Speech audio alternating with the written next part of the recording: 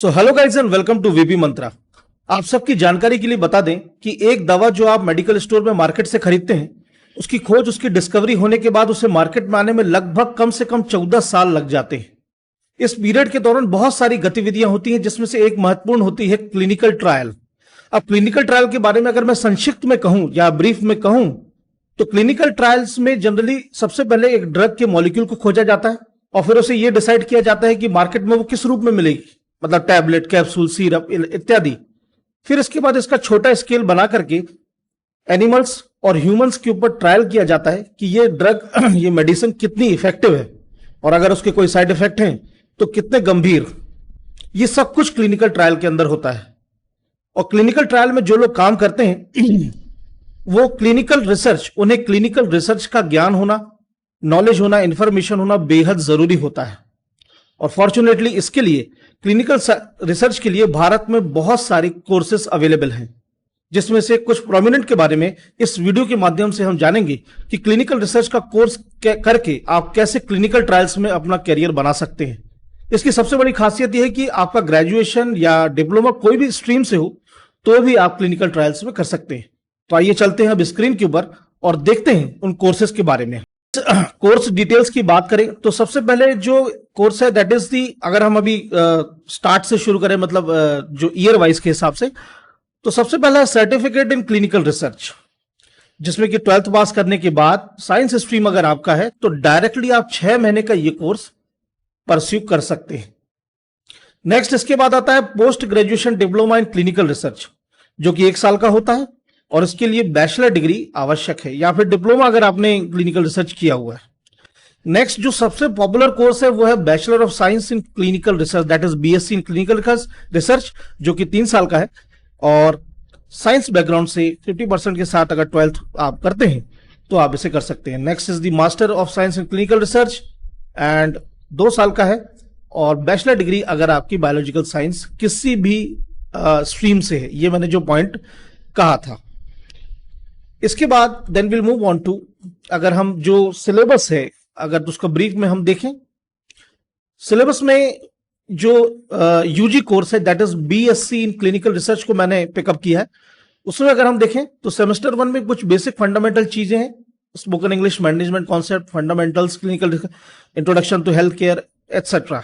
Actual में clinical research के department में जब आप काम करते हैं तो आपको एनाटॉमी, फार्माकोलॉजी, मेडिसिन्स एंड ये सारी चीजों के साथ साथ आपका कम्युनिकेशन स्किल बेहद आवश्यक होना जरूरी है, क्योंकि पूरी टीम के अंतर्गत आप एक काम करते हैं। सो इस तरह से सेमेस्टर 1 होता है। नेक्स्ट इसके बाद उसको थोड़ा सा और मॉडिफाई किया जाता है, जिसमें कि आप देखते हैं advance spoken, pharma, organizational behaviour, human resource management, organizational behaviour actual में एंड ह्यूमन रिसोर्स मैनेजमेंट, ये इस सेगमेंट का पोर्शन है जिसमें कि जब पेशेंट्स के सामने आप होते हैं उसकी भी आपको स्टडी काफी करनी पड़ती है, जो कि इस सब्जेक्ट में पढ़ते हैं। फार्माकोलॉजी का मतलब यह है कि दवाएं हमारे शरीर में कैसे कार्य करती हैं, इस विषय के अंतर्गत आप पढ़ते हैं। Marketing, then health hospital administration, medical therapeutics, ये कुछ सेमेस्टर 2 में। देन इसी तरह से next one is the semester 3, जिसमें कि जो बेसिक सिलेबस है communicative English, biostatistics, biosafety, pre clinical studies, यहाँ पर एक बहुत महत्वपूर्ण सब्जेक्ट है ये। एंड प्री क्लिनिकल स्टडीज का मतलब ये होता है क्लिनिकल ट्रायल्स तैयार करने के पहले क्या एग्जैक्टली आपके जो तैयारियां हैं, जो पेशेंट मॉनिटरिंग की और वो उनकी पेशेंट हेल्थ सेफ्टी की, उसकी मेडिकल हिस्ट्री की, उसकी मेडिसिन हिस्ट्री की, ये सारी चीजें भी आप प्री क्लिनिकल स्टडीज में देखते हैं। बायोस्टैटिस्टिक्स में बेसिकली ये होता है कि एक नंबर ऑफ सब्जेक्ट्स के ऊपर क्लिनिकल ट्रायल होता है। मतलब मान लीजिए एक दवा का अगर प्रयोग हो रहा है क्लिनिकल ट्रायल में तो कितने मनुष्यों के ऊपर हो रहा है, 4, 5, फिर 500, 1000, ऐसे करके इस तरीके से होता है। Then next is the semester 4, जिसमें कि research methodology, pharmacology, fundamental of clinical trials, global regulations, environmental science, molecular diagnostics, ये सारी चीजें आप पढ़ सकते हैं, कवर कर सकते हैं।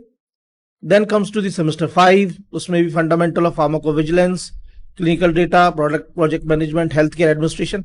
मेरे बताने का मतलब है कि आपको मैं एक ऐसे कोर्स करिकुलम से फैमिलियर करा रहा हूं जिसमें कि ज्यादातर क्लिनिकल रिसर्च के सब्जेक्ट्स को कवर किया गया है। अब अगर सर्टिफिकेशन इन क्लिनिकल रिसर्च है या फिर post graduation diploma in clinical research है, तो इनमें काफी हायरार्किकल और ब्रीफ फॉर्म में होता है। लेकिन अगर एक्सटेंसिव स्टडी आपको करनी है तो बीएससी इन क्लिनिकल रिसर्च एक काफी अच्छा ऑप्शन है, और उसमें ये सारे जो सब्जेक्ट्स हैं वो कवर अप होते हैं।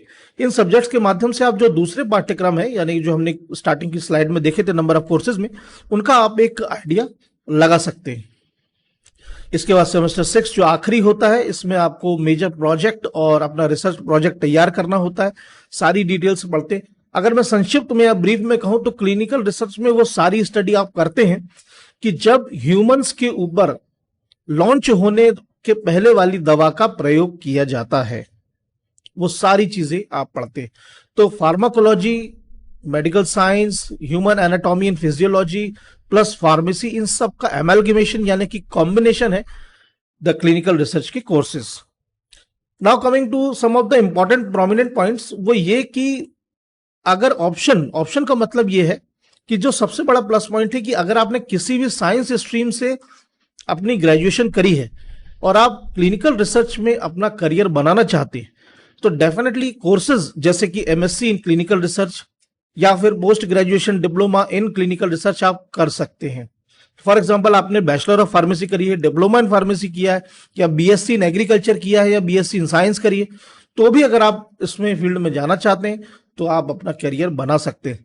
ये बात मैं इसलिए कह रहा हूं क्योंकि बहुत सारे लोगों का ड्रीम होता है मेडिकल साइंस की फील्ड में काम करना, अपना करियर बनाना, लेकिन बहुत सारी कारणवश वो उसमें नहीं जा पाते, क्योंकि सबके लिए इंपॉर्टेंटली ये होता है कि उन्हें डॉक्टर एमबीबीएस वाले कोर्सेज करने होते हैं, पर नहीं कर पाते। तो फिर भी आप ये कोर्स परस्यू, इस तरह के कोर्सेज परस्यू करके आप मेडिकल साइंस में अपना करियर बना सकते हैं। नेक्स्ट गाइस इज दैट कि अगले वीडियो में हम बात करेंगे about the career in clinical research, then job opportunities, salary and most importantly pros and cons, यानी कि that is the positive and negative points. तो ये पार्ट 2 जल्दी ही आएगा। और इस वीडियो के माध्यम से आई बिलीव, मुझे लगा कि आपके लिए फ्रूटफुल होगा ये जानकारी, और बीएससी के साथ साथ diploma, bachelor, post graduation diploma clinical research करके आप क्लिनिकल ट्रायल फील्ड में अपना करियर बना सकते हैं। इन कोर्सेज के बारे में जो लिंक्स हैं, कुछ इंपॉर्टेंट लिंक्स हैं, ये मैं इस वीडियो के डिस्क्रिप्शन में दे दूंगा, तो आप देख सकते हैं। और कोर्सेज के बारे में आपकी कोई भी क्वेरी, क्वेश्चन हो तो जरूर आप पूछ सकते हैं। तो आज के इस वीडियो को विराम देंगे एक छोटी सी मोटिवेशनल बात के साथ कि हम सभी को psychologically we need everything permanent in life, and unfortunately change is the only permanent thing in the world. इसलिए बेटर होगा कि चेंजेस को जितना जल्दी आप अडेप्ट करके आगे बढ़ना शुरू कर देंगे, उतना कैरियर पाथ में ग्रो करने के लिए आपके लिए अच्छा होगा। सो बस चलता हूं, जल्दी मिलूंगा अगले वीडियो में। Till then stay motivated, work smarter, good luck.